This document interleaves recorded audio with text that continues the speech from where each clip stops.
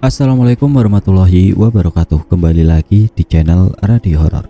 Untuk kisah kali ini ada sebuah cerita yang diambil dari Twitter, dari tulisannya akun yang bernama @bagirals.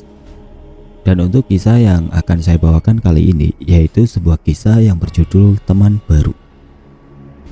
Sebelum kita masuk ke ceritanya, tekan dulu tombol like video ini dan jangan lupa tekan juga tombol subscribe channel ini. Dan nyalakan juga lonceng notifikasinya agar tidak ketinggalan cerita-cerita baru dari channel ini. Dan bagi teman-teman yang ingin membaca langsung ceritanya, nanti silakan saja kunjungi linknya yang nanti akan saya sertakan di kolom deskripsi. Dan seperti apa untuk kisah kali ini? Langsung saja kita simak berikut ini. Sepasang suami istri dengan anak perempuannya yang berusia 3 tahun memutuskan buat pindah ke wilayah perkampungan. Alasan mereka pindah karena mereka mau suasana baru yang tenang dan jauh dari keramaian. Anak mereka yang bernama Z ini terbilang sangat cerdas untuk anak seumurannya. Si Z ini terkenal aktif dan banyak bicara. Anak ini juga mudah beradaptasi dengan lingkungan barunya. Baru 3 hari Z tinggal di sana. Dia itu udah punya banyak teman di sekitar rumahnya. 4 hari setelah mereka menempati rumah baru mereka, si Z mulai menunjukkan hal yang bikin ayah dan ibunya bingung. Si Z selalu senyum secara tiba-tiba. Dan saat ditanya kenapa dia senyum, dia selalu ngejawab kalau ada temennya yang datang ke rumahnya. Z bilang ada 2 orang temennya yang ngajakin dia main. Padahal gak ada siapapun di sana selain ibu dan ayahnya. Z juga sering nunjuk ke arah ruang kosong buat ngasih tahu kalau temennya lagi berdiri di sana. Ibu dan ayah si Z ini gak mikir hal yang aneh-aneh. Karena mereka yakin mungkin Z ini hanya merasa terlalu senang punya banyak teman baru. Dan hal itulah yang ngebuat dia selalu ngoceh gak jelas tentang teman hayalannya yang dia bilang ada di rumahnya. Ayahnya selalu mengalihkan si Z saat dia membahas tentang teman hayalannya itu. Ayahnya selalu bilang buat nyuruh temannya pulang karena hari sudah malam. Di suatu malam, pernah ada kejadian yang bikin ibunya si Z ketakutan. Jadi sehabis maghrib, si Z minta selimut ke ibunya yang baru selesai sholat. Saat ditanya buat apa, si Z bilang selimut itu buat temannya yang kedinginan. Ibunya memberikan selimut itu. Lalu si Z lari ke ruang tamu. Namun beberapa menit kemudian, ia kembali menghampiri ibunya buat minta bantal. Ibunya ngasih 1 bantal. Namun si Z bilang ke ibunya kalau dia butuh 2 bantal karena temennya ada 2 orang. Setelah dapat 2 bantal, dia lari ke ruang tamu lagi. Setelah itu ibunya menghampiri si Z yang lagi ada di ruang tamu. Ternyata selimut dan bantalnya digelar di lantai dengan sangat rapi. Namun anehnya, Z malah duduk di lantai sambil menatap ke arah selimut dan bantal yang ia gelar. Ibunya nyuruh si Z buat duduk di atas selimutnya karena di lantai dingin. Si Z nggak mau duduk di selimutnya karena temennya lagi bubuk di situ katanya. Ibunya ngerasa agak merinding karena si Z terus menatap ke selimut dan bantal itu. Tanpa pikir panjang, ibunya menggendong si Z buat diajak tidur di kamar. Setelah si Z tidur, ibunya berniat untuk merapikan selimut dan bantal yang sebelumnya digelar si Z di ruang tamu. Beranjaklah ibu kembali ke ruang tamu. Saat hendak melipat selimutnya, ibu kebingungan karena selimut basah kuyup, begitu pula bantalnya. Mencoba mencari tahu apa yang menyebabkan selimut dan bantal itu basah. Namun tidak ada air tumpah atau apapun yang menyebabkan selimut dan bantal itu basah. Anehnya, suhu di ruang tamu lebih dingin dari biasanya. Membuat perasaan ibu menjadi tidak enak. Namun ibu tidak mau memikirkan hal yang lebih jauh. Diangkatlah selimut dan bantal itu, lalu dimasukkan ke mesin cuci. Tidak lama kemudian, ayah sudah kembali ke rumah. Saat ayah duduk di sofa, ibu menceritakan tentang selimut dan bantal yang basah secara tiba-tiba. Ayah tidak melihat itu sebagai hal yang aneh. Menurut ayah, mungkin saja hal itu terjadi karena si yang melakukannya. Ibu juga merasa kalau itu masuk akal. karena sebelumnya ibu sedang berada di kamar dan tidak mengawasi Si. Sedang asik berbincang, ada panggilan masuk ke HP ayah. Ternyata panggilan itu dari adiknya ibu yang memberitahu kalau kakeknya Si sedang sakit. Tanpa pikir panjang, ayah merencanakan perjalanan dadakan esok hari untuk menjenguk kakeknya Si. Di pagi hari ibu merapikan pakaian yang akan dibawa untuk menginap. Tidak lama kemudian Si terbangun dari tidurnya.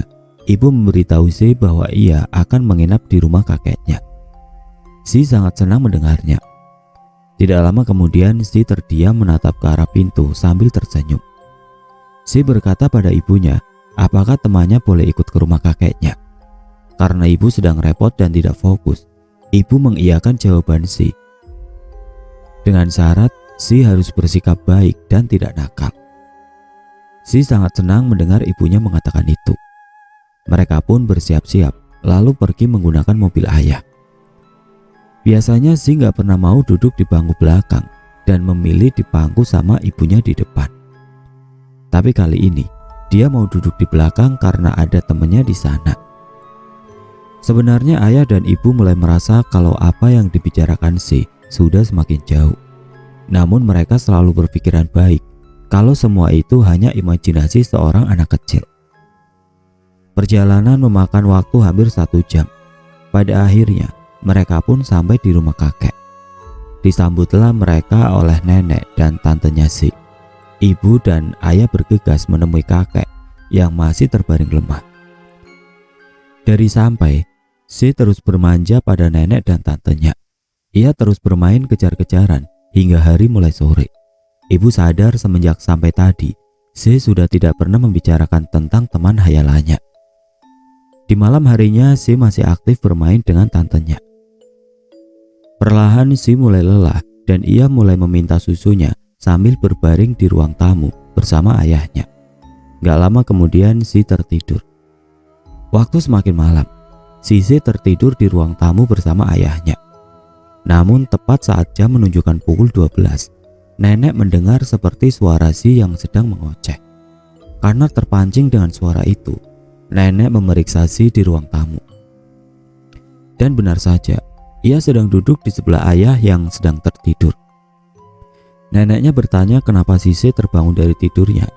Dengan polosnya Si bilang kalau ia dibangunin oleh teman yang bernama Ulil dan Sohib yang mengajaknya bermain. Nenek merasa sangat bingung dan ketakutan saat mendengar Si mengatakan hal itu. Kemudian nenek memanggil ibu Si untuk mendekat dan juga membangunkan ayahnya yang sedang tertidur. Saat ibunya datang, neneknya itu ngasih tahu apa yang Si katakan tentang Ulil dan Sohib. Ibunya pun baru pertama kali mendengar tentang Ulil dan Sohib itu. Karena penasaran, ibunya bertanya pada Si, siapa Ulil dan Sohib yang dia maksud. Si ngejawab kalau Ulil dan Sohib adalah temannya yang berasal dari rumahnya di kampung. Jawaban Si membuat seisi rumah ketakutan. Namun ayah memberitahu kalau Si memang suka berbicara ngelantur. Dan menurut ayahnya, semuanya wajar karena anak seusia Si pandai berimajinasi. Mereka pun kembali tidur tanpa memperpanjang pembahasan tentang ucapan yang Si lontarkan. Walaupun mencoba berpikir positif, tetap saja ucapan Si membuat seisi rumah ketakutan. Di pagi hari semua kembali normal. Nenek menyiapkan sarapan bersama ibu. Kemudian Si terbangun dari tidurnya dan ngasih tahu tantenya kalau dia mau buang air kecil. Si disuruh bangun buat bergegas ke kamar mandi. Tantenya itu nganter sampai depan kamar mandi. Pas tantenya ngebuka pintu kamar mandi, entah dari mana hawa dingin berhembus.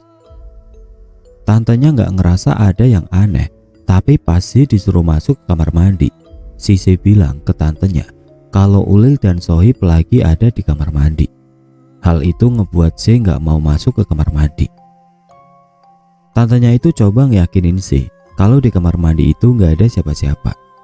Pas tantenya masuk ke kamar mandi, suhunya benar-benar dingin. Rasanya kayak ada AC di kamar mandi. Karena takut, tantenya bergegas menjauh dari kamar mandi sambil membawa Si ke ruang makan. Di situ tantenya ngasih tahu ke semua kalau Si ngomongin tentang Ulil dan Sohib lagi. Tapi tantenya nggak ngomong kalau dia baru saja ngalamin kejadian aneh di kamar mandi. Ayahnya Si terus ngasih tahu ke semua kalau apa yang Si omongin cuma hal yang nggak karuan. Ayah nggak mau orang-orang ketakutan karena ucapan anak kecil yang belum paham banyak hal. Si nginep di rumah neneknya selama seminggu. Berhubung kondisi kakeknya udah mulai membaik, ibu dan ayah mutusin buat pulang esok hari. Malam terakhir di rumah neneknya, Si terus bermain dengan tantenya hingga larut malam. Saat semua mulai tidur, tersisa Si dan ibunya yang sedang merapikan pakaian. Di situ, Si meminta susu di botol pada ibunya. Tanpa pikir panjang, ibunya ngebuatin susu itu dan memberikannya ke Si. Setelah susunya habis, Si kembali meminta susu pada ibunya. Namun Si meminta agar dibuatkan susunya di gelas. Ibunya menuruti kemauan Si, karena jika tidak, ibu khawatir si Z nangis dan ganggu orang-orang rumah yang udah pada tidur. Dibuatkan susu di gelas dan diberikan pada Si. Namun, Si tidak meminum susu itu dan hanya meletakkannya di lantai. Ibunya nyuruh Si untuk segera meminumnya. Si mengatakan susu itu untuk Ulil dan Sohib. Kata Si, mereka bilang ingin meminum susu yang sama seperti yang Si minum. Tidak ingin Si terus membahas hal itu, ibunya mengalihkan pembicaraan dan menyuruh Si untuk naik ke tempat tidur. Sebelum Si beranjak, Si bilang pada ibunya untuk tidak memindahkan gelas susu itu. Ibunya memberitahu jika dibiarkan, gelas itu bisa ketendang dan tumpah. Si kemudian bilang kalau gelas itu dipindahkan, Ulil dan Sohib bisa marah. Ibunya membiarkan gelas susu itu di lantai, dan setelah Si tertidur, ibunya mindahin gelas susu itu ke meja makan. Setelah itu, ibu berniat mengambil segelas air putih, namun ibu dibuat kaget karena gelas susu yang diletakkan di atas meja pecah dengan sendirinya. Ibu sangat kaget dan kebingungan mengapa gelas berisi susu itu pecah secara tiba-tiba. Nenek yang mendengar suara itu bergegas ke arah dapur dan melihat ibu yang sedang berdiam melihat ke arah gelas yang pecah itu. Nenek menghampiri ibu yang wajahnya terlihat pucat. Ibu memberitahu nenek kalau gelas berisi susu itu pecah secara tiba-tiba. Namun nenek memberitahu ibu kalau hal seperti itu bukanlah hal yang aneh. Menurut nenek, jika gelas terlalu sering digunakan untuk meminum es, maka saat digunakan untuk menampung air yang panas akan pecah. Namun yang membuat ibu aneh, susu itu sudah dibuat lebih dari sejam sebelumnya.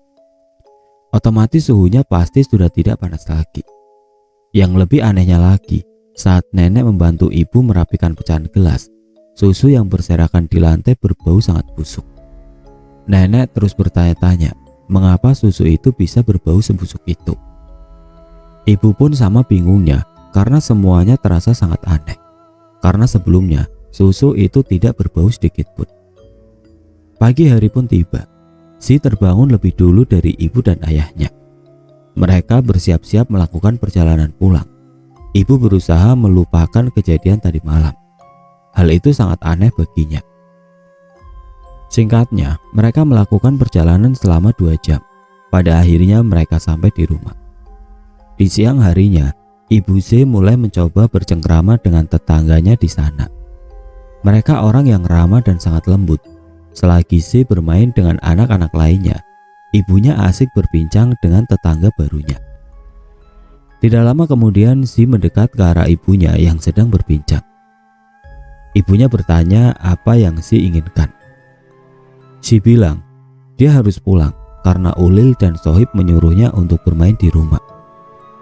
Salah satu dari tetangganya bertanya mengapa Z tahu tentang Ulil dan Sohib. Terus ibu berusaha menjelaskan kalau si Z itu anak yang aktif dalam berimajinasi. Ulil dan Sohib adalah bagian dari imajinasinya. Mendengar penjelasan ibu, semua tetangganya menatap tajam ke arah ibu. Mereka kebingungan. Ibu terus bertanya apakah ada hal yang salah pada anaknya.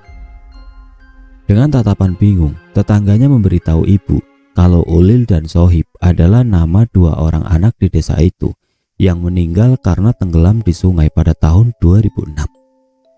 Ibu hanya bisa terdiam dengan jantung berdegup kencang, merasakan keheranan. Ibu semakin yakin kalau semua bukanlah sebuah kebetulan. Si memang bersikap sangat aneh saat mereka pindah ke kampung itu. Sadar ada hal yang salah, para tetangganya berusaha menenangkan ibu. Dan karena penasaran, salah seorang tetangga mengajukan pertanyaan pada Si, bagaimana rupa Ulil dan Sohib. Si menjawab kalau Ulil punya kepala botak, sedangkan Sohib hanya punya satu tangan. Semuanya hanya bisa terdiam merasakan kebingungan yang luar biasa. Karena apa yang dikatakan Si adalah sebuah kebenaran. Ulil dan Sohib memang memiliki fisik persis seperti yang Si katakan. Karena sangat yakin kalau Si sedang dihantui oleh sosok itu, ibu segera memanggil ayah dan menjelaskan semua yang dikatakan oleh tetangganya. Mendengar hal itu, ayah tidak langsung percaya. Ayah mencari tahu juga pada teman-temannya yang tinggal di kampung itu. Maghrib pun tiba. Ibu merasa sangat ketakutan. Belum lagi, ayah sedang keluar untuk mencari tahu tentang apa yang anaknya katakan. Saat itu ibu hanya berdua dengan Si di rumah. Setelah selesai sholat, ibu menghampiri Si dan mencoba memberitahu Si untuk tidak membicarakan tentang Ulil dan Sohib lagi. Namun Si terlihat sedih. Ibu bertanya mengapa ia sangat sedih. Si berkata, Ulil dan Sohib sedang menangis karena tidak boleh bermain lagi bersama Si. Karena ketakutan, ibu memotong ucapan Si. Namun Si malah tertawa terbahak-bahak. Ibu kembali bertanya apa yang membuatnya tertawa. Si berkata, Ulil dan Sohib sangat lucu. Mereka melepaskan lidah mereka dan menaruhnya di atas kepala ibu. Ibu terdiam kaku mendengar jawaban Si.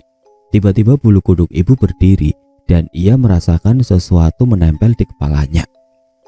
Dengan tangan gemetar, ibu memegang bagian kepalanya dan saat ibu menyentuh kepalanya, ibu merasakan sesuatu menempel di rambutnya. Terasa sangat dingin dan basah. Sadar yang diucapkan anaknya, ibu berteriak histeris lalu menggendong Si menjauh dari kamar. Saat hendak menuju ke ruang tamu, pintu kamar terbanting sangat kencang. Ibu melihat ke arah belakang dan untuk pertama kalinya, sosok Ulil dan Sohib menampakkan diri di depan ibu. Sosok itu tersenyum lebar dengan mata kosong dan mulut penuh darah. Ibu terus berlari keluar kamar dan berteriak meminta tolong. Para tetangga mendekat karena teriakan yang ibu lakukan. Ibu hanya bisa menangis dan orang-orang berusaha menenangkannya. Tidak lama kemudian ayah datang dengan seorang temannya yang bernama Pak Wawan. Ayah begitu kaget melihat banyak orang berkumpul di depan rumahnya. Sambil menangis, ibu menceritakan apa yang terjadi. Ayah sudah bertanya pada banyak temannya dan ternyata apa yang Si katakan tentang Ulil dan Sohib adalah sebuah kebenaran. Ayah juga membawa temannya untuk membantu Si agar bisa terlepas dari gangguan Ulil dan Sohib itu.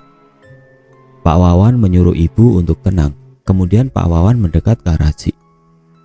Pak Wawan bertanya, apakah Si sayang pada ibu dan ayahnya? Si pun mengangguk. Lalu Pak Wawan ini berkata pada Si untuk menyuruh Ulil dan Sohib pulang. Si ini awalnya menolak dan bilang kalau Si kasihan sama Ulil dan Sohib. Soalnya kalau mereka disuruh pulang, mereka bisa kedinginan. Pak Wawan tidak kehabisan akal. Pak Wawan bilang kalau Ulil dan Sohib bukan anak yang baik, kayak Si, karena mereka udah bikin ibu Si menangis. Dengan kepolosannya Si mulai berkaca-kaca. Pak Wawan kembali bertanya, apakah Si bisa menyuruh Ulil dan Sohib pulang? Si pun mengangguk. Pak Wawan pun menggendong Si dan mengajaknya masuk ke dalam rumah. Di sana Pak Wawan mengarahkan Si untuk mengikuti apa yang ia ucapkan. Tidak lama kemudian Pak Wawan dan Si kembali keluar, di mana banyak orang sedang berkumpul. Lalu Pak Wawan memberitahu kalau sosok Ulil dan Sohib sudah kembali ke tempat mereka. Semuanya mengucap syukur, begitupun ibu dan ayah yang merasa tenang karena Si sudah terbebas dari sosok yang mengikutinya. Para tetangga kembali ke rumah mereka. Ibu dan ayah menyuruh Pak Wawan untuk masuk ke dalam rumah. Pak Wawan menceritakan kalau Ulil dan Sohib adalah dua orang anak yang terkenal sangat nakal. Pada suatu ketika mereka mencuri mangga dan ketahuan oleh pemiliknya. Karena ketakutan, mereka lari dan berniat untuk melintasi sungai dengan cara berenang. Namun karena arus yang cukup deras kala itu membuat mereka kehilangan kendali dan hanyut terbawa air dan dinyatakan hilang. Selama hampir 12 tahun mayat mereka tidak pernah ditemukan. Dari situ, ibu dan ayah belajar untuk lebih perhatian dan tidak menyepelekan apa yang anak kecil katakan. Walaupun sangat pandai berimajinasi, bukan berarti semuanya hal yang dikatakan adalah hal yang tidak nyata.